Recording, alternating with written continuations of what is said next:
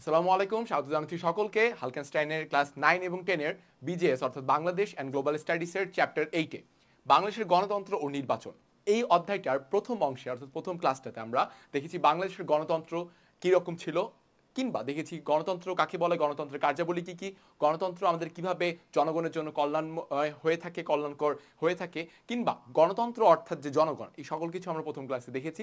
তাই যারা প্রথম ক্লাসটি এখনো তোমরা করো নাই, অবশ্যই প্রথম ক্লাসটি আগে করবে, পরবর্তীতে আজকের এই ক্লাসটিতে মনোযোগ দেবে। আজকে আমরা ক্লাসটি যেটি আলোচনা করব সেটি হলো নির্বাচন। নির্বাচন নির্বাচন আমরা ছোট থেকে শুনে আসতেছি নির্বাচন জিনিসটা, ওয়ার্ডটা বারবার, তাই না? যে অমুক সালে নির্বাচনে, পরবর্তী নির্বাচনে কে আসবে, বা ইউনিয়নের নির্বাচন, উপজেলার নির্বাচন, পৌরসভার নির্বাচন, সিটি কর্পোরেশনের নির্বাচন।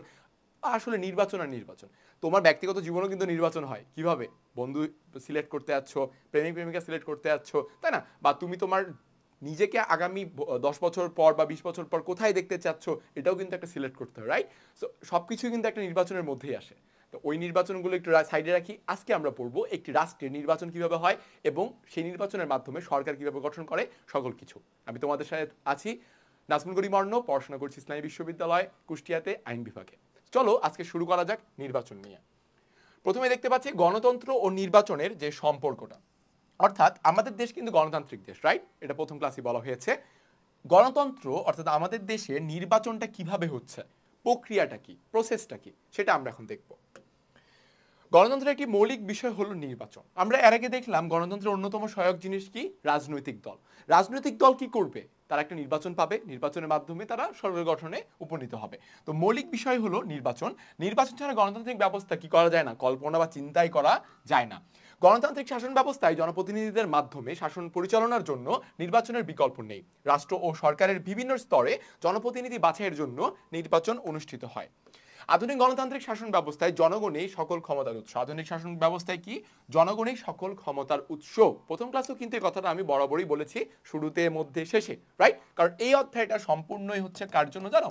জনগণের জন্য, অর্থাৎ তোমার জন্য, আমার জন্য, সকলের জন্য এই অধ্যায়টা মূলত। এই জন্য তোমার যে অধিকার রয়েছে বা তোমার দেশের নাগরিক হিসেবে তোমার দায়িত্ব কর্তব্য কি, বা তুমি একটা দেশের প্রতিনিধি বা সরকার গঠনের ক্ষেত্রে কি কি তোমার দায়িত্ব রয়েছে, কিভাবে সেটা গঠন করতে পারবে, সকল কিছু কিন্তু তোমার জানা উচিত। এই কারণেই ওই অধ্যায়টার অর্থাৎ এই চ্যাপ্টার 8-এর গুরুত্ব কিন্তু অনেক রয়েছে পড়ার পেছনে। নির্বাচনে অংশগ্রহণ এবং ভোটদানের মাধ্যমেই জনগণ তাদের এই গণতান্ত্রিক অধিকার প্রয়োগ করে। এই প্রক্রিয়ায় জনগণ তাদের দৃষ্টিতে সৎ ও যোগ্য প্রতিনিধি নির্বাচন করে।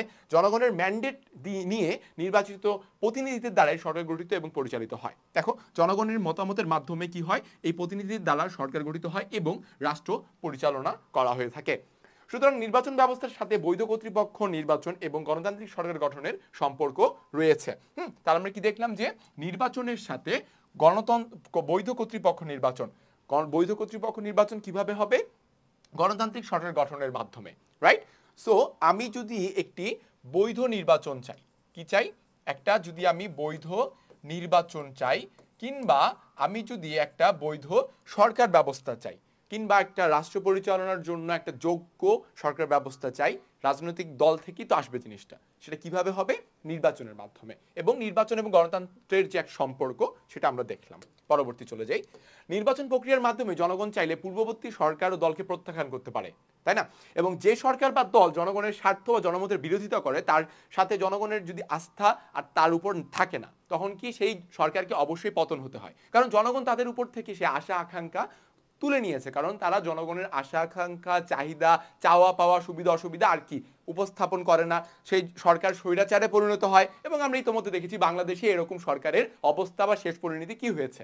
তাই আমরা সকলে খুব ভালো মতো জানি যে এরকম সরকার হলে আমাদের জনগণের যে একটা ক্ষমতা রয়েছে বা পাওয়ার রয়েছে, আমরাও যে পারি একটা স্বৈরাচার সরকারের পতন ঘটাতে, সেই জিনিসটা আমরা অলরেডি দেখেছি। ঠিক আছে, পরবর্তী লক্ষ্য করি। বাংলাদেশের জাতীয় সংসদ নির্বাচন প্রক্রিয়া, অর্থাৎ আমাদের দেশের সংসদ নির্বাচন কিভাবে হয়, প্রক্রিয়াটা কি, অর্থাৎ প্রসেসটা কি, সেটা আমরা এখন লক্ষ্য করব। প্রাচীন গ্রিসের নগর রাষ্ট্রগুলোতে প্রত্যক্ষ গণতন্ত্র প্রচলিত ছিল। আমরা এটা দেখেছি যে প্রাচীন সময়ে গ্রিসের অ্যাথেন্স নামক একটি শহরে কি হতো, জনগণ, সেখানকার নাগরিকরা সরাসরি রাষ্ট্র পরিচালনার কাজে অংশগ্রহণ করত।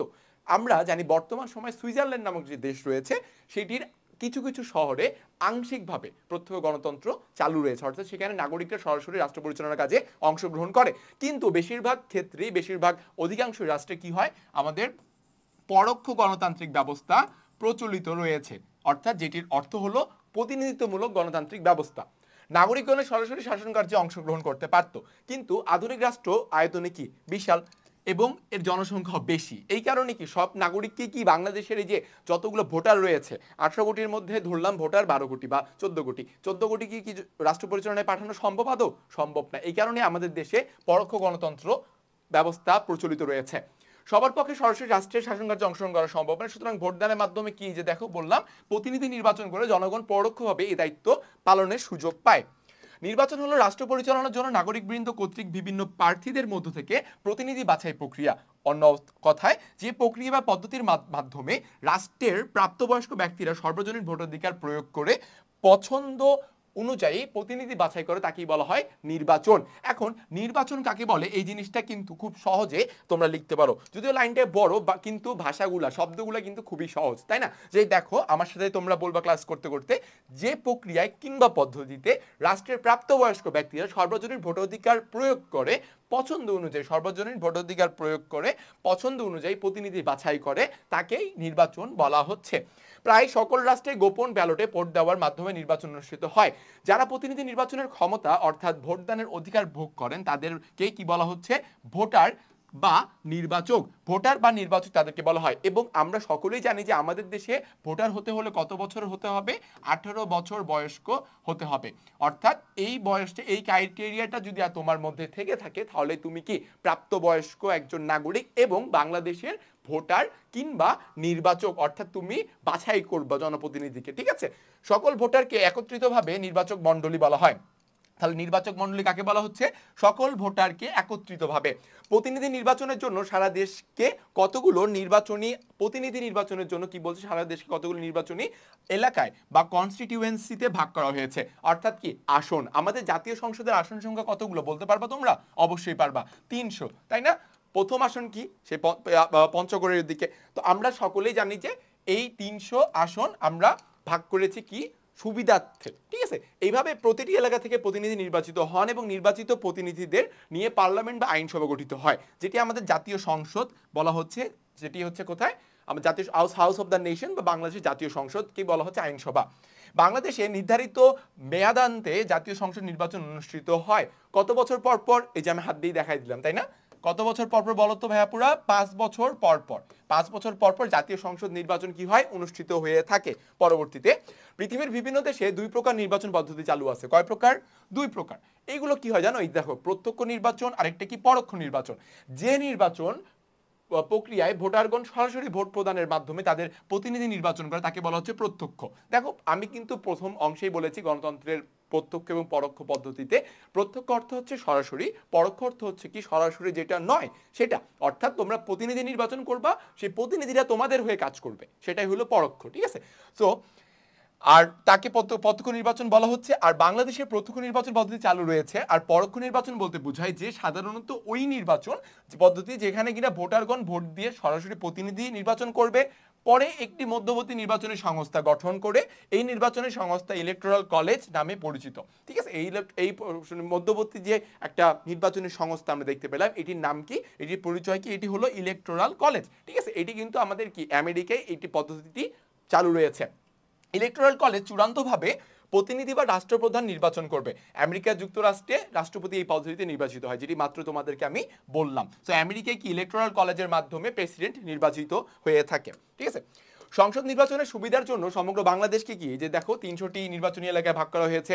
নির্বাচন কমিশন নির্বাচনের তারিখ এবং নির্বাচনী তফসিল ঘোষণা করেন। নির্বাচনের সময় রাজনৈতিক দলের মাধ্যমে প্রার্থীরা প্রাথমিকভাবে মনোনীত হন। প্রধানত রাজনৈতিক দলের মনোনয়ন নিয়েই প্রার্থী নির্বাচনে প্রতিদ্বন্দ্বিতার সুযোগ পান। এছাড়াও জাতীয় সংসদে নারীদের জন্য 50টি সংরক্ষিত আসন রয়েছে, যা মিলে মোট জাতীয় সংসদে কতটা? 350টা আসন আছে। ওকে, 300টা নির্বাচন হয় সরাসরি এবং 50টা সংরক্ষিত নারীদের আসন। ওকে, নির্বাচন কমিশন কর্তৃক নির্বাচনী তফসিল ঘোষণার পরেই নির্বাচন প্রক্রিয়া অর্থাৎ নির্বাচন অনুষ্ঠান সংক্রান্ত যাবতীয় যত কার্যক্রম আছে সকল কিছু শুরু হয়। তার মধ্যে কি ভোটার তালিকা প্রস্তুতকরণ বা প্রদান, নির্বাচনী এলাকা নির্ধারণ, রিটার্নিং অফিসার নিয়োগ, মনোনয়ন পত্র বিতরণ, গ্রহণ বাছাই প্রভৃতি। প্রার্থীদের প্রতীক বন্টন, ব্যালট পেপার ছাপানো, ভোটারদেরকে ভোট কেন্দ্র নির্ধারণ ব্যবস্থাপনা, প্রিজাইডিং অফিসার, সহকারী প্রিজাইডিং অফিসার, পুলিং অফিসার নিয়োগ, ব্যালট বাক্স বিতরণ কিংবা ব্যালট বাক্স বিতরণ, ভোট গ্রহণ, ভোট গণনা, ফলাফল ঘোষণা প্রভৃতি নির্বাচন প্রক্রিয়ার অংশ হয়ে থাকে। নির্বাচন কমিশনের তত্ত্বাবধানে এবং নিয়ন্ত্রণের সকল কাজ সম্পাদিত হয়। অর্থাৎ লক্ষ্য করো যে একটা ভোট সম্পাদনের ক্ষেত্রে বা একটা নির্বাচন হওয়ার জন্য কি কি ক্রাইটেরিয়া থাকে, সব ক্রাইটেরিয়া কিন্তু এখানে উল্লেখ করা রয়েছে। ঠিক আছে, তোমরা কিন্তু ম্যাক্সিমামই এইগুলা ক্রাইটেরিয়ার বা এই শব্দগুলোর সাথে আগে থেকেই পূর্ব পরিচিত বা আগে থেকেই পরিচিত। ঠিক আছে, তোমরা এই পড়াগুলো যখন একবার রিড আউট করবা, আমার যখন ক্লাসটা করবা, ক্লাসটা করার সাথে সাথে তোমরা যখন বইটাও পড়ছো একই সময়ে, তখন কিন্তু তোমাদের একবারই পড়াটা কিন্তু হয়ে যাচ্ছে। ঠিক আছে, এই জিনিসটা মাথায় রাখতে হবে। ওকে, এই যে এই ছবিটা দেখো, এটা কি আমাদের জাতীয় সংসদ ভবনের ছবি। এটা কিন্তু 9 তলা, দেখে মনে হয় 9 তলা। এটা কিন্তু লুই আই কান প্রতিষ্ঠাতা এর স্থাপনা করেছে। সো প্রতিষ্ঠাতা না, এটা স্থাপক লুই আই কান, তিনি ডিজাইন করেছেন। এটি 9 তলা ভবন। ঠিক আছে, এই জিনিসটা কিন্তু খুবই একটা ইন্টারেস্টিং ফ্যাক্ট। নির্বাচন কমিশনের গঠন, কাজ, ক্ষমতা, এটা আমরা লক্ষ্য করব। এখন আমরা চলে আসলাম নির্বাচন কমিশনের দিকে, যে কিভাবে গঠিত হয় একটা নির্বাচন, যে আমার রান করতেছে, পরিচালনা করতেছে, এই সংগঠনটা কিভাবে তৈরি হয়, এখন এটা আমরা দেখব। চলো, বাংলাদেশে নির্বাচন পরিচালনার দায়িত্ব নির্বাচন কমিশনের। কমিশন স্বতন্ত্র, স্বাধীন, নিরপেক্ষ প্রতিষ্ঠান হিসেবে নির্বাচন পরিচালনা করে থাকে। কিভাবে? স্বতন্ত্র, স্বাধীন এবং নিরপেক্ষ প্রতিষ্ঠান। আমি কিন্তু শুরুতেই বলেছিলাম এটা একটা সাংবিধানিক প্রতিষ্ঠান। ঠিক আছে, ওকে, এটি একটি, দেখো এই যে দেখছো কথার সাথে কাজের মিল, এটি একটি সাংবিধানিক প্রতিষ্ঠান। মাথায় রাখবা সব সময় যে নির্বাচন কমিশন হলো কি একটা সাংবিধানিক প্রতিষ্ঠান। যারা ইন ফিউচারে দেখাচ্ছে আমার মতো আইন পড়ার যাদের শখ রয়েছে, অর্থাৎ যারা ল পড়বা অনার্স লাইফ ইউনিভার্সিটিতে, তারা কিন্তু অবশ্যই যখন সংবিধানটা পড়বা তখন কিন্তু দেখবা যে ওখানে বলাই আছে যে নির্বাচন কমিশন নামে আলাদা একটা অনুচ্ছেদ সংবিধানে আছে। দ্যাটস মিন এটা একটা সাংবিধানিক প্রতিষ্ঠান। প্রধান নির্বাচন কমিশনার ও অনধিক 4 জন নির্বাচন কমিশনার নিয়ে এই কমিশন গঠিত। তাহলে মোট কয়জন? তাহলে মোট হচ্ছে 5 জন। 5 জনের মধ্যে একজন হচ্ছে প্রধান নির্বাচন কমিশনার এবং 4 জন হচ্ছে কি নির্বাচন কমিশনার। ঠিক আছে, সংবিধান অনুযায়ী রাষ্ট্রপতি প্রধান নির্বাচন কমিশনার ও অন্য কমিশনারদের নিয়োগদান করে থাকে। কে নিয়োগদান করে? রাষ্ট্রপতি। মাথায় রাখবা, প্রধানমন্ত্রী কি নিয়োগদানের ক্ষমতা রাখে? না, এটি নিয়োগদানের ক্ষমতা কে রাখে? রাষ্ট্রপতি রাখে। ঠিক আছে, প্রধান নির্বাচন কমিশনার কমিশনের সভাপতি হিসেবে কাজ করে। প্রধান নির্বাচন কমিশনার কি করে? নির্বাচন কমিশনের সভাপতি হিসেবে কাজ করেন, অর্থাৎ উনি প্রধান হয়ে থাকেন। কমিশনের মেয়াদ কত থাকে? মেয়াদ হচ্ছে 5 বছর, অর্থাৎ 5 বছর অন্তর অন্তর যেহেতু নির্বাচন হয়ে থাকে, সেহেতু একটা নির্বাচন কমিশন একটা জাতীয় নির্বাচন করে এবং তার ভেতরে তার অন্তর্বর্তী যতগুলো নির্বাচন হয় স্থানীয় পর্যায়ে বা পৌরসভা যেটাই হোক না কেন, সেইগুলো নির্বাচনও কি করে? কন্ডাক্ট করে থাকে, অর্থাৎ পরিচালনা করে থাকে। পরবর্তী 5 বছর পর ওই নির্বাচন কমিশন পরিবর্তন হয়ে নতুন একটা কমিশন আসে। ঠিক আছে, কমিশনাররা রাষ্ট্রপতির কাছে স্বেচ্ছায় পদত্যাগ পত্র পেশ করতে পারেন। ঠিক আছে, পদত্যাগের জন্য কই যাবে? যে নিয়োগ দিচ্ছে, তাই না? তো নিয়োগ কে দিচ্ছে? রাষ্ট্রপতি। পদত্যাগ করার জন্য রাষ্ট্রপতির কাছে তাকে যাওয়া লাগবে। অসৎ আচরণ এবং অসামর্থ্যের কারণে কমিশনাররা দায়িত্ব থেকে অপসারিত করতে পারেন। নির্বাচন কমিশনের ক্ষমতা ও কাজ। এখন আমরা আসি গঠনের পরে, কি নির্বাচন কমিশনের ক্ষমতা আদৌ কি আছে বা তাদের কাজটা কি? তাদের কাজ কি শুধুমাত্র নির্বাচন পরিচালনার জন্য? না, তাদের কিছু কাজ রয়েছে আরো বা ক্ষমতা রয়েছে। দেখি, নির্বাচন কমিশন স্থানীয় জাতীয় পর্যায়ে সকল নির্বাচনের জন্য ভোটার তালিকা প্রণয়ন এবং তত্ত্বাবধান করে। দেখো এই জিনিসটা কিন্তু খুবই একটা টাফ কাজ আমার মতে, কারণ প্রত্যেকটা মানুষের নাগরিকের যে তথ্যগুলো, ঠিক আছে, এবং পুরো দেশের মানুষের নাগরিকের তথ্য যারা ভোটার, সেখানে তালিকা প্রণয়ন করা, পাশাপাশি এগুলোকে তত্ত্বাবধান করা, এটা একটা ইজ এ টাফ কাজ। ওকে, টাফ ওয়ার্ক। ওকে, তারপরে ভোটার তালিকা বিষয়ে কোনো প্রশ্ন উত্থাপিত হলে কমিশন এর নিষ্পত্তিমূলক সিদ্ধান্ত দেয়। কমিশন ইউনিয়ন পরিষদ, জেলা পরিষদ, পৌরসভা, সিটি কর্পোরেশন, জাতীয় সংসদ নির্বাচন পরিচালনা করে থাকেন। অর্থাৎ যেটা আমি বললাম তোমাদেরকে, জাতীয় নির্বাচন ব্যতীত 5 বছরের ভিতরে যেই সকল নির্বাচন, সেটা ইউনিয়ন হোক, উপজেলা হোক, জেলা হোক, কিংবা পৌরসভা হোক, সিটি কর্পোরেশন, যাই হোক না কেন, সেটা তারাই নির্বাচন কমিশনের ওই বডিটাই কি করে? পরিচালনা করে থাকে। এছাড়াও সংবিধান অনুযায়ী সংসদ সদস্যদের দ্বারা রাষ্ট্রপতি নির্বাচনের ব্যবস্থাও নির্বাচন কমিশনের কাজ। দেখো এই যে একটা তথ্য তোমাদের একটু বিশ্লেষণ আমি করি, ঠিক আছে, সেটা হচ্ছে কি, সংবিধান অনুযায়ী সংসদ সদস্যের দ্বারা রাষ্ট্রপতি নির্বাচন কারা করে? রাষ্ট্রপতি নির্বাচন কি জনগণরা করতে পারে? না, এখানেই হচ্ছে এই নির্বাচনের নামই হচ্ছে কি পরোক্ষ নির্বাচন। আমরা কিন্তু সরাসরি রাষ্ট্রপতি নির্বাচনের জন্য ভোট দান করি না। আমরা করি কি, আমরা সরাসরি প্রত্যক্ষভাবে জনপ্রতিনিধিদেরকে অর্থাৎ সংসদ সদস্যদেরকে নির্বাচিত করি। পরবর্তীতে সংসদ সদস্যরা তাদের ওই যে মধ্যবর্তী নির্বাচন কমিশন ইলেকটোরাল কলেজ যেটা আমরা দেখলাম একটু আগে, ওই নির্বাচন পদ্ধতির মাধ্যমে তারা রাষ্ট্রপতি নির্বাচন করে। এটাকে বলা হচ্ছে পরোক্ষ নির্বাচন, যেটা আমাদের দেশে হয়ে থাকে কোন ক্ষেত্রে, রাষ্ট্রপতি নির্বাচনের ক্ষেত্রে। বোঝা গেছে? নির্বাহী কর্তৃপক্ষ নির্বাচন কমিশনের জন্য সহায়তামূলক কাজ করে। কারা কাজ করে সহায়তামূলক কাজ? এই যে নির্বাহী কর্তৃপক্ষ, এক্সিকিউটিভ ব্রাঞ্চ অর্থাৎ প্রশাসন। ঠিক আছে, তো প্রশাসন কি করে? নির্বাচন কমিশনকে সাহায্য করে থাকে। পরবর্তীতে আমরা লক্ষ্য করব নির্বাচন কমিশন নির্বাচনী এলাকার সীমানা নির্ধারণ করে। দেখো বাংলাদেশে 300টা আসন, তো পুরো মানচিত্রে কি 300টা আসন মানে কি 1 নম্বর আসন কি পুরো মানচিত্র অর্ধেক দখল করে? না, 1 নম্বর আসন একটা নির্দিষ্ট সেক্টরে আছে, পরবর্তীতে দেখা যাচ্ছে 2 নম্বর আসন একটা নির্দিষ্ট সেক্টরে রয়েছে, আবার দেখা যাচ্ছে 3 নম্বর আসন একটা নির্দিষ্ট সেক্টরের মধ্যে রয়েছে। এই যে এলাকাটা, এই সীমানাটা, এটাও নির্ধারণ করে কে? নির্বাচন কমিশন। কমিশন এই নির্বাচন পরিচালনার জন্য কি করে? প্রয়োজনীয় রিটার্নিং অফিসার এবং পোলিং অফিসার নিয়োগ করে থাকে। ঠিক আছে, ওকে, পরবর্তী যাই।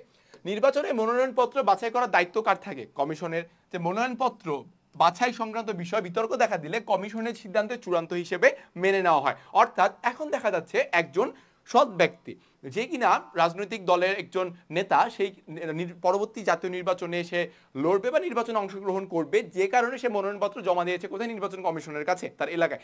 কিন্তু দেখা যাচ্ছে যে সেই এলাকা, সেই নির্বাচন কমিশনে সেই এলাকার একটা অসৎ লোক একটা বা গুন্ডা মাস্তান যেটা কি বলো না কেন চলিত ভাষায়, সেও আসে মনে করো যে মনোনয়নপত্র জমা দিল, সেও নির্বাচনে অংশগ্রহণ করবে।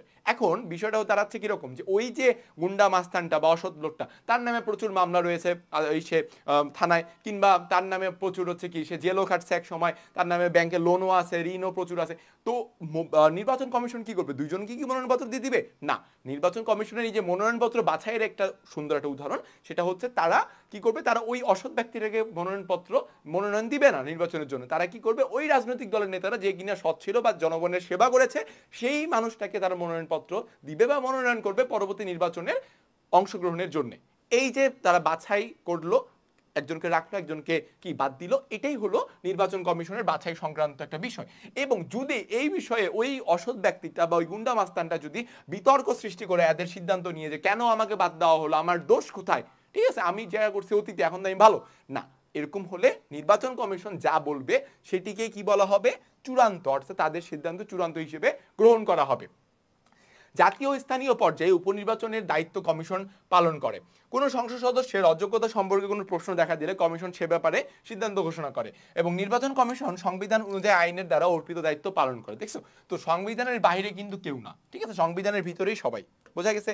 নির্বাচনের আচরণবিধি। এখন আমরা লক্ষ্য করব যে নির্বাচনী আচরণবিধি আবার ফের কি, তাই না? অনেকের মনে কিন্তু প্রশ্ন থাকতে পারে যে আসলে মানুষের আচরণ থাকে, সবারই আচরণ থাকে, নির্বাচনে কি? দেখো, নির্বাচন হবে একটা কিন্তু অনেক বড় বিষয়, একটা সরকার গঠনের একটা পূর্ব প্রস্তুতি, তাই না? তো একটা প্রক্রিয়া, এই প্রক্রিয়া যদি সঠিকভাবে ভালো মতো আচরণে বা যদি ইচ্ছা মতো দাঙ্গা হাঙ্গামা মারামারি করে যদি একটা দেশের সরকার গঠন করা হয়, তাহলে কি হবে? ভালো সরকার, যোগ্য সরকার গঠন হবে? আদৌ হবে না। এই কারণে নির্বাচনী আচরণ বিধি নামে কিছু আচরণ থাকে। সেগুলো কি? নির্বাচন সংক্রান্ত বিধিবিধান পালন, অর্থাৎ নির্বাচন কমিশন যে সকল বিধিবিধান আইন কানুন দিবে সকলকেই অবশ্যই তা মেনে চলতে হবে। অর্থাৎ সময় মতো যদি বলে যে আগামী 5 দিন প্রচারণা করা যাবে, 6 নম্বর দিনে কেউ প্রচারণা করতে পারবেন না, তাহলে সেই নির্বাচন কমিশনের কথা সকল রাজনৈতিক দলকে মানতে হবে। 6 নম্বর দিনে কেউ প্রচারণা করতে পারবে না, 6 নম্বর দিনে কেউ পোস্টার লাগাতে পারবে না, এরকম একটা অবস্থা। কোনো প্রতিষ্ঠানের চাঁদা বা অনুদান প্রদান নিষিদ্ধ। নির্বাচনী তফসিল ঘোষণার পর থেকে ভোট গ্রহণের কি বলছে পর্যন্ত কোনো প্রার্থী তার নির্বাচনী এলাকার কোনো প্রতিষ্ঠানে প্রকাশ্যে বা গোপনে চাঁদা অনুদান প্রদান বা প্রদানের অঙ্গীকার করতে পারবেন না। এই যে আমাদের দেশে মাঝে মাঝে আমরা শুনি কে ভোট কিনে নিচ্ছে কোনো প্রত্যন্ত এলাকায়, দেখা যাচ্ছে যে 1 কোটি 2 কোটি টাকা প্রত্যেকটা মানুষকে 1000 টাকা নোট দিচ্ছে, 2000 টাকা দিচ্ছে, যে ভাইয়া আগামী অমুক দিন বুধবারে আমার নির্বাচন আছে, আমার ভোটটা দিন, এই 2000 টাকা। এরকম করা যাবে না, ঠিক আছে? তারপরে বলা হয়েছে কি নির্বাচন কমিশনকেও টাকা দেওয়া যাবে না, এরকম একটা নিয়ম রয়েছে। পরবর্তী দেখি নির্বাচনী প্রচারণা।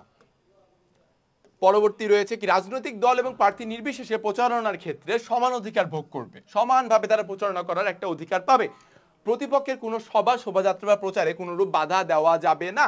দেখা যাচ্ছে যে একটা দল প্রচারণা করতেছে, ঠিক আছে, যে আগামী নির্বাচনে গিয়ে ভোট চাই, ভোটারের দোয়া চাই সকলের, এই স্লোগান দিতে যাচ্ছে বা মিছিল করছে, অমন সময় বিরোধী দল কেউ এসে ওই মিছিলে একটা কি ধাওয়া পাল্টা ধাওয়া শুরু করে দিল, এমন করা যাবে না ভাই। তুমি প্রচার করবা, ওইও প্রচার করবে, দুইজনে নির্বাচন করবা, যার তোমার জনপ্রিয়তা থাকবে সেই নির্বাচন হবে, ঠিক আছে, নির্বাচিত হবে। কর্তৃপক্ষের অনুমতি ব্যতি রেখে কোনো সড়ক বা মহাসড়কে জনসাধারণের চলাচলে বিঘ্ন সৃষ্টি করে জনসভা করা যাবে না। এখন মনে করো আমি নির্বাচনে দাঁড়াইছি, এখন আমার নির্বাচন আছে সামনের মাসে, ঠিক আছে, সামনের মাসে না সামনের সপ্তাহে ধরো, তা আমি এখন আমি এখন করব, সভা করব, তা আমি চলে গেলাম মনে করো ঢাকা ইউনিভার্সিটি টিএসসি, আমি জানি যে ওই জায়গাটা প্রচুর হাইলাইটেড, প্রচুর আলোচনার মধ্যে থাকে, আমি ওখানে যাই জনসভা শুরু করে দিলাম, আমার জন্য পুরো মনে করো এলাকা জ্যামে ভর্তি হয়ে গেল, মানুষজন ভোগান্তি পাচ্ছে, আমার ওইটা অধিকার কি এত থাকবে? না, আমার তোমার মনোনয়নপত্র বাতিল হয়ে যাবে, আমি নির্বাচনেই দাঁড়াতে পারবো না। তো এই জিনিসটা করা যাবে না যে জনগণ সাধারণের যে চলাচলে বিঘ্ন কিংবা জনগণের ভোগান্তি হবে এরূপ কোনো কাজ করা যাবে না। পরবর্তী দেখি, সভা বা মিছিলে কেউ বাধা প্রদান করলে তার বিরুদ্ধে পুলিশ কর্তৃপক্ষের কাছে অভিযোগ করতে হবে, ঠিক আছে, এবং প্রার্থী নিজে বা তার সমর্থককে আইন নিজের হাতে তুলে নিয়ে কিছু করতে পারবেন না। আপনি তখন সরকার হননি, ঠিক আছে, ফর ইওর কাইন্ড ইনফরমেশন বলে দিবেন প্রার্থীকে যে ভাই নির্বাচন হয় নাই, তুই এখনো সরকার গঠন করিস নাই, তুই সরকার না, তুই সাধারণ জনগণ আমাদের মতোই, তাই আইন হাতে তুলে নেওয়ার অধিকার না আমার আছে না তোমার আছে, ঠিক আছে, ক্লিয়ার। পরবর্তী দেখি, রাজনৈতিক দল বা প্রার্থী সরকারি প্রচারপত্র, সরকারি যানবাহন, সরকারি কর্মকর্তা কর্মচারীর সহায়তা কিংবা রাষ্ট্রীয় সুযোগ সুবিধা ব্যবহার করতে পারবে না। সহজ কথা ভাই, তুমি প্রচার প্রচারণা করবা, তুমি জনসভা করবা, পোস্টার লিফলেট ছাপাবা বা মাইকিং করবা, সব তোমার নিজস্ব খরচে, তুমি এজন্য সরকারি কোনো সেবা বা কমিশনের কোনো সহায়তা আশা করতে পারবা না। কোনো প্রার্থীর পোস্টার লিফলেট হ্যান্ডবিলের উপর কোনো প্রতিদ্বন্দ্বীর প্রার্থীর পোস্টার লিফলেট কিংবা হ্যান্ডবিল লাগানো যাবে না। বিষয়টা কিন্তু খুবই ইন্টারেস্টিং, ঠিক আছে, যেমন ধরো একটা দোয়ালে আমি আমার পোস্টার লাগাইলাম, যেহেতু আমার নির্বাচন সামনের সপ্তাহে, তাই না, ভোট কিন্তু সবাই দিবা, হ্যাঁ, তো এখন ওই পোস্টার লাগাইলাম, এখন আমার পোস্টারের উপরে আরেকটু বড় সাইজ করে একজন পোস্টার লাগাই চলে গেল, কারণ আমার কি, আমার প্রচারণা কিন্তু ঢেকে গেল, পারবে, আমার তখন তো পুরা প্রচারণা ঢেকে গেল, বন্ধ হয়ে গেল, এক প্রকারের লোকজন ভুলেই যাবে আমাকে যে অর্ণব নামে একজন সামনে নির্বাচনে দাঁড়াচ্ছে এক নেতা, তাকে ভোট দেওয়া লাগবে না, এরকম করা যাবে না। আমি যেখানে পোস্টার লাগাবো, লিফলেট লাগাবো, আমার উপরে না হয় আমার পাশে, নাহলে আমার অন্য সাইডে লাগাবো, কিন্তু আমার উপরে লাগাতে পারবে না। পরবর্তী দেখি, রাস্তা বা সড়কের উপর নির্বাচনী ক্যাম্প স্থাপন করা যাবে না। রাস্তা বা সড়কের উপরে যে বললাম যে টিএসসি দখল করে আমি বসে যাব, না ভাই, টিএসসি দখল করে না, পাশে সাইডে যেখানে কিনা আমার ক্যাম্প স্থাপন করলে জনগণের কোনো ভোগান্তি হবে না, এরকম জায়গায় আমি কি করব, আমার ক্যাম্প স্থাপন করব, ঠিক আছে। পরবর্তী যাই, সরকারি ডাকবাংলো, সার্কিট হাউস, রেস্ট হাউস, সরকারি কার্যালয়কে কোনো দল বা প্রার্থীর নির্বাচনী কার্যক্রম পরিচালনার স্থান হিসেবে ব্যবহার করা যাবে না। আবার একই কথা বলছে যে সহজ কথায় তুমি সরকারি কোনো সেবা প্রদান করবা, হ্যাঁ মানলাম তুমি এর আগে সরকার ছিলা, ঠিক আছে, তো তুমি এরপরে নির্বাচনের জন্য সরকারি সেবা গ্রহণ করতেছো, নো ব্রাদার, এটা তোমার করা যাবে না। তুমি এখন সাধারণ জনগণ, আগে ছিল সরকার, পরবর্তীতে তো তুমি নাও হইতে পারো, তো কেন তুমি সরকারি সেবা গ্রহণ করবা, এটা নাই, এটার কোনো বিধান নেই। নির্বাচন উপলক্ষে কোন নাগরিকের জমি, বাড়িঘর, কোনো স্থাবর অস্থাবর সম্পত্তির ক্ষতি সাধন করা যাবে না, কারো শান্তি ভঙ্গ হয় এমন কোনো কাজ করা যাবে না। ঘুরে ফিরে একই জিনিস আসতেছে, সেটা কি, জনগণের ভোগান্তি যাতে না হয়, okay, just keep that in mind, এটা করা যাবে না। সকল প্রকার দেয়াল লিখন থেকে সকলকে বিরত থাকতে হবে। দেখো কি হয়, নির্বাচন যখন আসে তখন হচ্ছে কি, এই যে এই জিনিসটা করা হয়, চিকা মারা। চিকা মারা মানে কি জানো? চিকা মারা মানে এটা না যে রাস্তায় চিকা যাচ্ছে মেরে দিলাম জুতা দিয়ে বা ইট দিয়ে, এটা না। চিকা মারার অর্থ হচ্ছে এই যে দেওয়াল লিখন, ঠিক আছে, দেওয়াল লিখন মানে চিকা মারা। এই যে বর্তমানে কিন্তু আমাদের দেওয়ালে কি সুন্দর করে সবাই গ্রাফিটি করতেছে না, যে কি হোমল্যান্ড অর ডেথ, বা ওই যে মুগ্ধ যে যিনি শহীদ হয়েছেন তার যে পানি লাগবে এরকম, বা শহীদ আবু আবু আবু সাইদ, হ্যাঁ, তো এই গ্রাফিটিগুলা কি করা যাবে না, নির্বাচনের সময় নো করা যাবে না, সহজ কথা, ঠিক আছে। পরবর্তীতে চলে যাব আমরা,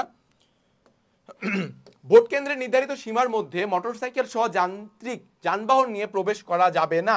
আগ্নেয়াস্ত্র, বিস্ফোরক দ্রব্য বহন আইনত দণ্ডনীয়, এটা তো একদম এক্সট্রা হয়ে গেল, এই জিনিসটা করাই যাবে না। কিন্তু আমাদের দেশের চিত্রটা কিন্তু আমরা উল্টো দেখি, তাই সুষ্ঠু নির্বাচন কিন্তু হয় না, ঠিক আছে। সুষ্ঠু নির্বাচন যদি হয় তবে এই নিয়মগুলো প্রত্যেকটা দলকে, প্রত্যেকটা প্রার্থীর মানুষগুলোকে যথাযথভাবে মেনে চলতে হবে, নয়তো তাদের জন্য কি বিপদ রয়েছে। প্রভাবশালী কোনো ব্যক্তি বা সরকারি কর্মকর্তা নির্বাচনী কার্যক্রমে অবৈধ হস্তক্ষেপ করতে পারবেন না। যেমন দেখো, এখন কোনো একটা যদি প্রভাবশালী ব্যক্তি থাকে, কোনো এলাকার একটা মোড়ল বা হ্যাডোমালার লোক আসে গেল, এই অমুক জায়গায় ভোট হবে না, নির্বাচন প্রচারণা অফ করো, না ভাই এটা করা যাবে না, আমার অধিকার আছে, আমি ভোটে অংশগ্রহণ করব, নির্বাচন প্রচারণা চালাবো। ঠিক তেমনই সরকারি কর্মকর্তাও যদি একই কথা বলে, ঠিক আছে, যে না আমি অমুক অফিসার, করা যাবে না, না, তোমারও ওই অধিকার নাই, যতক্ষণ না পর্যন্ত কি আমি কোনো ইল্লিগাল কাজ করতেছি। ধর্মানুভূতিতে আঘাত লাগে এরূপ উস্কানিমূলক কোনো বক্তব্য প্রদান করা যাবে না, অবশ্যই না। তুমি ধর্ম নিয়ে রাজনীতি করবা ভাই, এটা করা যাবে না। তুমি জাত নিয়ে রাজনীতি করবা, এটাও করা যাবে না। এই বিষয়গুলোকে বাদ দিতে হবে, ঠিক আছে? আমাদের পার্শ্ববর্তী দেশ কিন্তু ভারতে এই বিষয়টা খুবই হয়। ধর্ম বা জাতের উপর ভিত্তি করে মানুষরা কি ভোট দেয়, অন্ধ হয়ে যায় যে ঠিক আছে ওই হিন্দু নেতা আমি ওকে ভোট দিব, মুসলিম নেতাকে আমি ভোট দিব না, কারণ কি অন্য ধর্মের অন্য জাতের। এই জিনিসগুলো খুবই কি হয় ভারতে হয়, কিন্তু আমাদের দেশে এরকম এখন পর্যন্ত মানুষ কি দাঙ্গা হাঙ্গামায় জড়ায়নি, সাম্প্রদায়িক দাঙ্গায় না। অসাম্প্রদায়িক বাংলাদেশ, আমরা ভালো থাকবো, ভালো আছি, ইনশাল্লাহ ভালো থাকবো ভবিষ্যতে, ঠিক আছে? পরবর্তী দেখি, নির্বাচন প্রভাব মুক্ত রাখা। অর্থ, অস্ত্র, পেশি শক্তি কিংবা স্থানীয় ক্ষমতা দ্বারা নির্বাচনকে প্রভাবিত করা যাবে না। ঘুরে ফিরে কিন্তু এক কথায় আসছে। পরবর্তী, ভোট কেন্দ্রে প্রবেশাধিকার।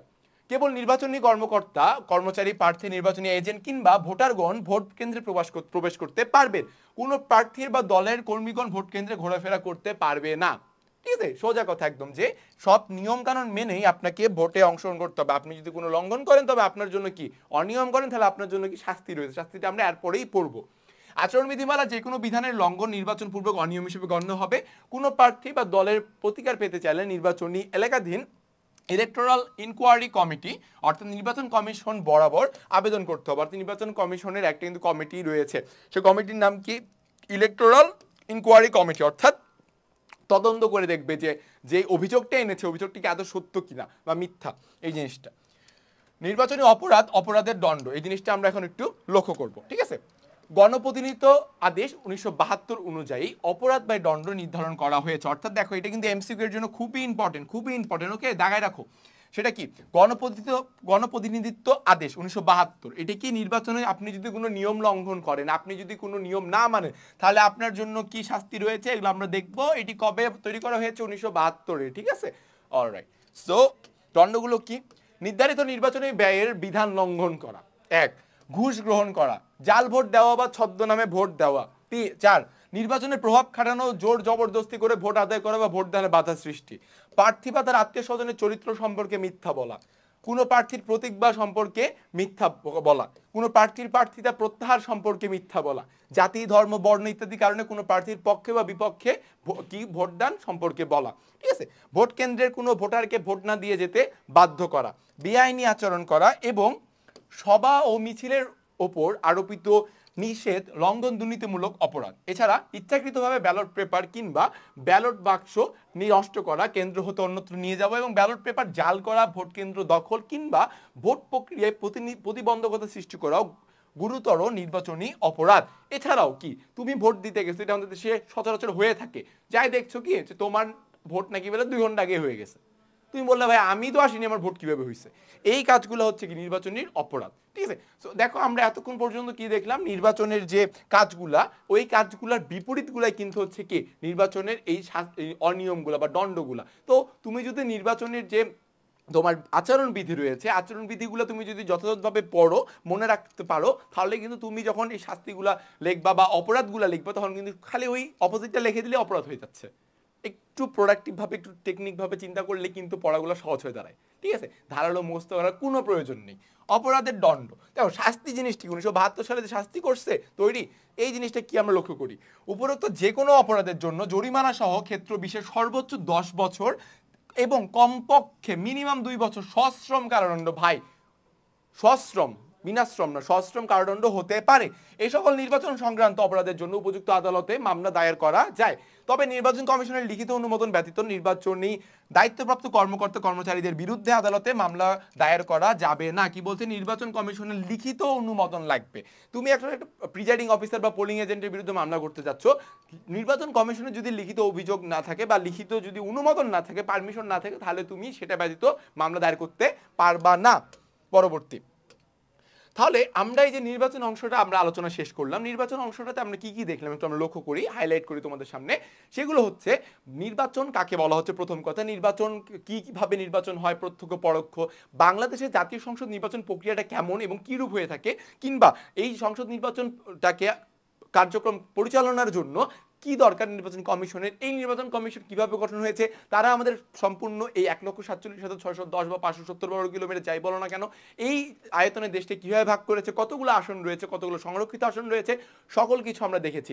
এছাড়া নির্বাচন কমিশনের ক্ষমতা, কাজ এবং তাদের কি গঠনটা আমরা লক্ষ্য করেছি, যেখানে আমরা লক্ষ্য করেছি যে কি কি অপরাধ রয়েছে, কি কি কাজ রয়েছে, বা অপরাধগুলো যদি করা হয়, কাজগুলো যদি যথাযথ না করে, তাহলে 1972 সংবিধান অনুযায়ী কি, সংবিধান 1972 আদেশ অনুযায়ী কি শাস্তি রয়েছে, হ্যাঁ সকল কিছু আমরা এখানে লক্ষ্য করলাম নির্বাচনের অংশটাতে। অর্থাৎ তোমার সামনে কিন্তু সম্পূর্ণরূপে ক্লিয়ার একটা আইডিয়া কিন্তু উপস্থাপন করা হলো বাংলাদেশের নির্বাচন অংশ নিয়ে। আশা করি তোমরা এই দুটি ক্লাস খুব মনোযোগ দিয়ে করবে এবং ভালো মতো বুঝতে পারবে। এখন চলো আমরা দেখি এই অধ্যায়ের শেষে অনুশীলনী, যেটা আমরা কি সবাই যেটাকে আমরা ইগনোর করি, রাইট? সো এখন ইগনোরেন্স কিন্তু করা যাবে না। কেন? কারণ অনুশীলনীতে আমরা জানি যে এসএসসি পরীক্ষায় মানে বোর্ড পরীক্ষাগুলোতে কি হয়, অনুশীলনী থেকেও কিন্তু প্রশ্ন চলে আসে, তখন কি মাথায় হাত, হাই রে আমি অনুশীলনী কেন পড়িনি, রাইট? সো অনুশীলনীতে আমরা লক্ষ্য করব কি কি রয়েছে ইম্পর্টেন্ট। চলো যাওয়া যাক অনুশীলনী। প্রথমেই দেখছি সংক্ষিপ্ত প্রশ্ন কি রয়েছে, গণতন্ত্রের ধারণা কিভাবে ব্যাখ্যা করবে বলতো। আমি কিন্তু শুরুতে একটা কথা লিখেছি, সেটা কি, গণতন্ত্র ইকুয়াল টু, অবশ্যই তোমরা জানো যারা ক্লাস করেছো প্রথমটা, জনগণ। এখানে আব্রাহাম লিঙ্কনের কথাটা তোমরা বলে দিতে পারো, গণতন্ত্র হচ্ছে জনগণের জন্য, জনগণের দ্বারা নির্বাচিত সরকার ব্যবস্থা। এই সংজ্ঞাটা দিয়ে তুমি যদি শুরু করো গণতন্ত্রের ধারণা, ট্রাস্ট মি অর নট, পরীক্ষক তোমাকে নাম্বার দিবেই দিবে ভাই, ঠিক আছে? পরবর্তীতে চলে যাই, নির্বাচনী আচরণ বিধি বলতে কি বুঝো? এই যে চলে আসলো নির্বাচনী আচরণ বিধি, এই যে আমরা এতগুলো পয়েন্ট পড়লাম না, 8-10-12টার মতো পয়েন্ট, এই পয়েন্টগুলো বলে দিবা। প্রথমে বলবো নির্বাচন আচরণ বিধি কি, নির্বাচন চলাকালীন সময়ে প্রত্যেকটি দলকে বা প্রত্যেকটি প্রার্থীকে কিছু আচরণ মেনে চলতে হয়, যেগুলো জনকল্যাণকর বা তাদের জন্য কল্যাণকর, সেই আচরণগুলো নিম্নরূপ দেওয়া হলো, 4-5টা পয়েন্ট দিয়ে দিবা, যদি নাম্বারের উপর ডিপেন্ড করবে কয়টা পয়েন্ট দিবা, ঠিক আছে? পরবর্তী চলে যাই, প্রত্যক্ষ গণতন্ত্র বলতে কি বোঝায়? আমি একটা শব্দ লিখেছিলাম কিংবা বইয়ে ওই শব্দটা রয়েছে, সেটা কি, প্রত্যক্ষ গণতন্ত্র বলতে বোঝায় সরাসরি গণতন্ত্র, যার মাধ্যমে নাগরিকগণ সরাসরি রাষ্ট্র পরিচালনার কাজে অংশগ্রহণ করে। এটাতে জনগণই নিজেরা রাষ্ট্র পরিচালনা করে, যেটি আমরা দেখেছি প্রাচীনকালে গ্রিসের অ্যাথেন্স নামক শহরে এবং বর্তমানে সুইজারল্যান্ডের কিছু কিছু জায়গায় আংশিকভাবে এই প্রত্যক্ষ গণতন্ত্র অর্থাৎ সরাসরি গণতন্ত্র পরিচালনা করা হয় বা উপস্থিত রয়েছে।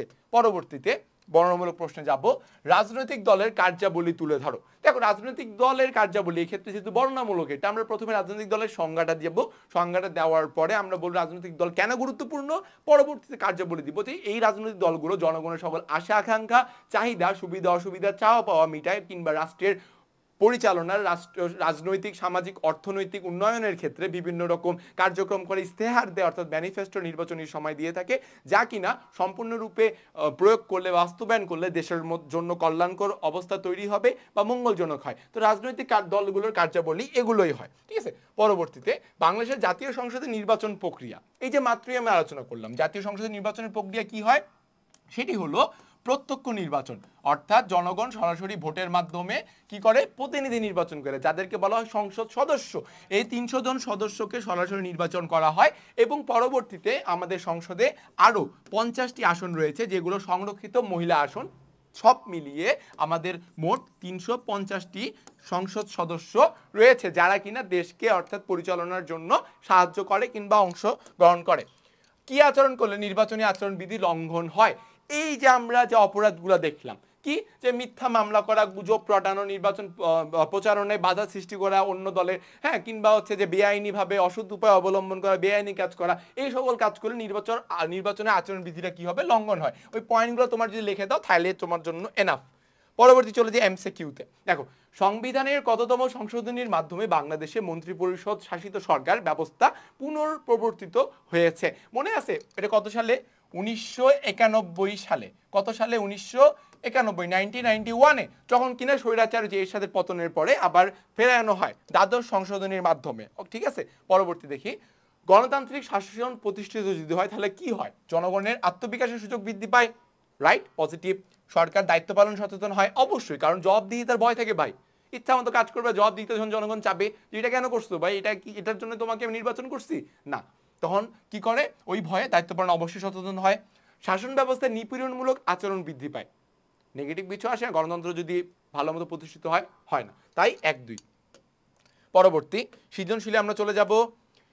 প্রথম দেখতে পাচ্ছি আমরা রাষ্ট্রবিজ্ঞানী ম্যাকাইভার প্রদত্ত রাজনৈতিক দলের সংজ্ঞাটি লেখো। দেখো রাজনৈতিক দলের সংজ্ঞাটি তোমাদের বইয়ে সুন্দর করে লেখা আছে ম্যাকাইভারের, যে রাজনৈতিক দল বলতে কতগুলো সুনির্দিষ্ট সংগঠনের কথা বলা হয়েছে, নীতিমালার বিধানের সমষ্টি, ঠিক আছে, যে জনগণের আশা আকাঙ্ক্ষার মূর্ত প্রতীক হিসেবে কাজ করে, এরকম একটি সংজ্ঞা রয়েছে। এই সংজ্ঞাটা তোমরা অবশ্যই দেখবা। এবং এর পাশাপাশি এই যে আব্রাহাম লিঙ্কন, ম্যাকাইভার কিংবা অ্যারিস্টটল কি বলছে, অধ্যাপক গ্যাটেল কি বলছে, এই বিষয়গুলো এই অধ্যায় থেকে তোমরা দয়া করে মুখস্থ করবা। কেন? কারণ পরীক্ষায় যখন এই তোমরা রাষ্ট্রবিজ্ঞানীর লেখাগুলা মতবাদগুলা দিবা, কি হবে বলো দেখি, এগুলা পাঁচ লাইন কিংবা পিক আপ লাইন হিসেবে কিন্তু কাজ করবে। তাই অবশ্যই তোমাদের এগুলো মাথায় নিতে হবে। পরবর্তী দেখি, নির্বাচন কমিশন কি, ব্যাখ্যা করো। প্রথমেই লিখবা নির্বাচন কমিশন হচ্ছে একটি সাংবিধানিক প্রতিষ্ঠান। নির্বাচন কমিশন কি? নির্বাচন কমিশন হচ্ছে একটি সাংবিধানিক প্রতিষ্ঠান যেটা কিনা নির্বাচন পরিচালনার জন্য, সুষ্ঠুভাবে নির্বাচন বাস্তবায়নের জন্য যে কমিশন গঠিত হয় তাকেই বলা হচ্ছে নির্বাচন কমিশন। এবং এই কমিশনে একজন প্রধান নির্বাচন কমিশনার থাকে এবং অনধিক 4 জন নির্বাচন কমিশনার হিসেবে গঠন করা হয়, যারা কিনা 5 বছরের জন্য গঠিত হয় এবং সকল প্রকার নির্বাচন, বাংলাদেশের সকল প্রকার নির্বাচন কি করে পরিচালনা করে, ইনক্লুডিং জাতীয় নির্বাচন, পৌরসভা, জেলা, উপজেলা, সিটি কর্পোরেশন, স্থানীয় সরকারের নির্বাচন, ইউনিয়ন যা আছে সব, ঠিক আছে, ওই 5 বছরের ভিতরে। কিন্তু দেখি উদ্দীপক কি বলছে, মিতুলদের ক্লাবের অধিকাংশ সদস্যই সাধারণ সম্পাদক হতে চায়। কেউ কাউকে ছাড় দিতে না চাওয়ার অবশেষে সবাই মিলে কয়েকজন ক্ষমতা অর্পণ করে একজন সম্পাদক বাছাই করার জন্য উক্ত ক্ষমতাপ্রাপ্ত ব্যক্তিগণ পরবর্তী তাদের ক্লাবের একজন সাধারণ সম্পাদক বাছাই করেন। নতুন সম্পাদক সবার আস্থা অর্জনের জন্য চেষ্টা করলেও পরবর্তীতে তার দূরদর্শিতার অভাবে এবং তার কাছে কিছু ব্যক্তির স্বার্থ রক্ষার জন্য তিনি বিতর্কিত হয়ে পড়েন, ফলে সম্পাদক বাছাই প্রক্রিয়াটি প্রশ্নবিদ্ধ হয়ে পড়ে। মিতুলদের ক্লাবে সাধারণ সম্পাদক বাছাইয়ের প্রক্রিয়াটি তোমার পরিচিত বিষয়বস্তুর সাথে ব্যাখ্যা করো। সেটা কি? এই যে তোমার হচ্ছে নির্বাচনের যে একটা বিষয় এখানে আসছে, এটা কি রকম বিষয়বস্তু? অবশ্যই কি গণতন্ত্র, ঠিক আছে। কারণ কি আমরা কি দেখতে পাচ্ছি যে সবাই মিলে কয়েকজন ক্ষমতা অর্পণ করে একজন সম্পাদক বাছাই করার জন্য উক্ত ক্ষমতাপ্রাপ্ত ব্যক্তিগণ ক্লাবের একজনকে সাধারণ ক্ষমতা সম্পাদক হিসেবে বাছাই করেন। ওই যে উক্ত ক্ষমতাপ্রাপ্ত ব্যক্তিগণ সবাই কি এখানে ভোট দিয়েছে, গণতন্ত্র দেখা গেছে না। তো এই জন্য এখানে বলা হচ্ছে নির্বাচনটা কি, যে কোন প্রক্রিয়া, আমাদের পঠিত পাঠ্যপুস্তকের পঠিত যে বিষয় সেটা কি, সেটা হলো গণতন্ত্র, ঠিক আছে। গণতন্ত্রের অভাবের কারণে কিন্তু বিষয়টা আমরা দেখতে পাইছি। বাছাই প্রক্রিয়া দুর্বলতা নিরসন করতে পারলেই সম্পাদক বাছাই প্রক্রিয়াটি সর্বোত্তম হবে। বিষয়টি মূল্যায়ন করো অবশ্যই। কারণ কি, তুমি যদি গণতন্ত্র প্রতিষ্ঠা করো, ওই সামান্য ক্লাবের নির্বাচনটাতেও যদি তুমি গণতন্ত্র দেখো, অর্থাৎ সকল সদস্যের যদি তুমি মতামতকে প্রাধান্য দিয়ে ওই সম্পাদক যদি নির্বাচন করতে পারতে, সকল সদস্যের মতামতকে প্রায়োরিটি দিতে পারতে, তাহলে কিন্তু কি হতো, মতামতকে যদি প্রাধান্য দিতা কিংবা প্রায়োরিটি দিতে পারতা, তাহলে কি ওই যে সাধারণ সম্পাদক নির্বাচিত হচ্ছে, সাধারণ সম্পাদক নির্বাচিত হয়েছে, সে কিন্তু কি সকলের আস্থার মূর্ত প্রতীক হিসেবে কাজ করতো, তাই না? তার দূরদর্শিতার অভাবও থাকতো না, কিছু ব্যক্তির স্বার্থ রক্ষার জন্য বিতর্কিত হতো না, যদি এখানে সকলের অংশগ্রহণ থাকতো নির্বাচনে। তো এই জিনিসটাই বলা হয়েছে লাস্ট প্রশ্নে। আজকে আমাদের এই অধ্যায়ের আলোচনাটা কিন্তু এখানেই সমাপ্ত হয়েছে। 2টি ক্লাসের মাধ্যমে আমরা কিন্তু বাংলাদেশের গণতন্ত্র নির্বাচন অধ্যায়টি আলোচনা শেষ করেছি, এবং যেই অধ্যায়ে খুবই গুরুত্বপূর্ণ তথ্য তোমাদের জন্য রয়েছে। কেন জানো? তোমরা যখন ভবিষ্যতে ভোটার হবা, প্রাপ্তবয়স্ক হবা, অর্থাৎ নির্বাচক হবা, তোমরা যখন নির্বাচনে যাবা, তোমরা প্রক্রিয়া জানো না ভাই। তুমি কিভাবে নির্বাচনে ভোট দিবা, একটা কাজ করার জন্য সেই কাজটা ভালো মতো তো জানা উচিত, ঠিক না? তুমি যদি ইন ফিউচারে নির্বাচন কমিশনের অফিসে চাকরিও করো, বা তুমি যদি রাজনৈতিক দলের কোনো নেতাকর্মী হয়ে নির্বাচন করতে যাওয়ার মতো, তাহলে তোমাকে তার আগে তো এইসব বেসিক ধারণা রাখতে হবে। তাই এই অধ্যায়টা ফেলে দেওয়ার মতো অধ্যায় না। তোমার যাই সমস্যা থাকুক না কেন, তুমি আই বেট ইউ যদি এই 2টা ক্লাস মনোযোগ দিয়ে করো, অবশ্যই তোমার এই অধ্যায়টার সম্পর্কে সুস্পষ্ট একটা ধারণা আসবে। এবং অলরেডি কিন্তু পরীক্ষার ইম্পর্টেন্স যেগুলো রয়েছে সেই বিষয়গুলো আমি আলোচনা করেছি। যদি চাও আরও একবার আলোচনা করি, সেগুলো হলো এসএসসির জন্য সবচেয়ে ইম্পর্টেন্ট যেটি হবে এখান থেকে গণতন্ত্র থেকে একটি অবশ্যই সৃজনশীল আসবে, যেটি আমরা অনুশীলনে প্র্যাকটিস করলাম। সেকেন্ড হচ্ছে নির্বাচন কমিশন কিংবা গণতন্ত্র নির্বাচন কমিশন মিক্স করেও আসতে পারে, যে গ নম্বর প্রয়োগে আসলো গণতন্ত্র নিয়ে প্রশ্ন, ঘ নম্বরে এলো নির্বাচন কমিশন নিয়ে প্রশ্ন, কিংবা আসতে পারে গণতন্ত্র ও নির্বাচন কমিশনের নির্বাচনের মধ্যে সুসম্পর্কটা ব্যাখ্যা করো, এরকম একটা প্রশ্ন আসতে পারে। তাই আমরা এই অধ্যায়ে অবশ্যই গুরুত্ব দিয়ে পড়বো, কারণ ভবিষ্যতে এটা আমাদের সকলের উপকারে আসবে। তা আশা করি তোমরা সকলেই বুঝতে পেরেছো এবং ক্লাসগুলো মনোযোগ দিয়ে সবাই করবে। পরবর্তী আবারও কোনো এক ক্লাসে দেখা হবে। আনটিল দেন গুড বাই, আসসালামু আলাইকুম, সবাই ভালো থাকবে।